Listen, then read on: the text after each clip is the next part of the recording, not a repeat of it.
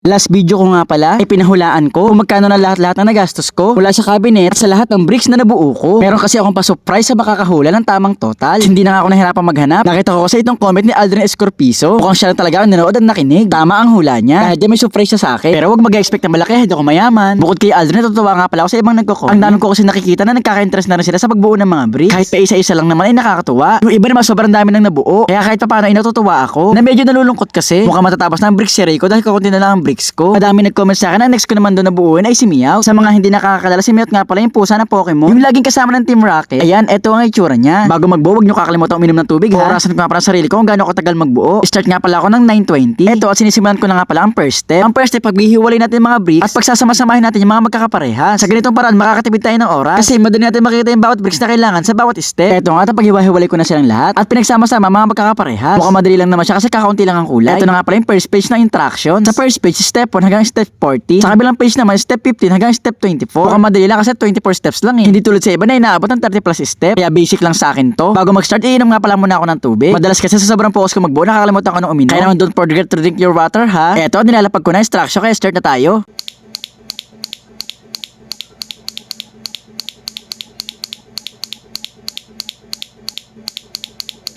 Ito na nga pala ang result. Tapos ako na 11:50. Ilang oras ako nagbuo? Sino next natin bubuuin? Comment nyo na.